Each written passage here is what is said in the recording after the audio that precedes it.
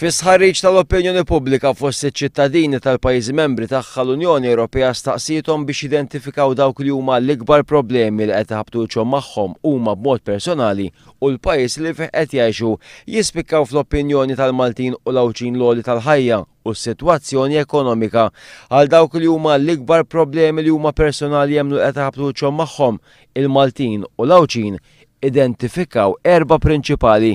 65% tal-Maltin u għawċin identifikaw l-għoli tal-ħajja bħala l-ikbar problema illi qed iħabbtu wiċċhom magħha.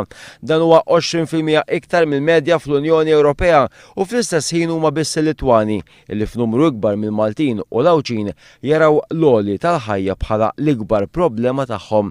Għal 22% tal-Maltin u l-għawċin l-ikbar problema li qed jaraw huma personali hija s-sitwazzjoni ekonomika tal-pajjiż. Għal 16% l-ikbar problema personali hija s-sitwazzjoni finanzjarja tagħhom u 14% identifikaw l-ambjent bħala l-ikbar problema. Meta kienu mitluba jgħidu li ma jaħsbu li huma l-ikbar problemi illi qed iħabbat wiċċu magħhom pajjiżna fuq qudiemnet reġgħu tfaċċaw l-għoli tal-ħajja u s-sitwazzjoni ekonomika. Żewġ problemi oħra illi numru sostanzjali ta' Maltin u għawċin jemmnu illi pajjiżna qed iħabbat wiċċu magħhom huma d-dejn u l-immigrazzjoni regolari. Fil-każ tal-immigrazzjoni l-Maltin u l-għawċin huma l-iktar poplu mħasseb dil problema fl-Unjoni Ewropea kollha.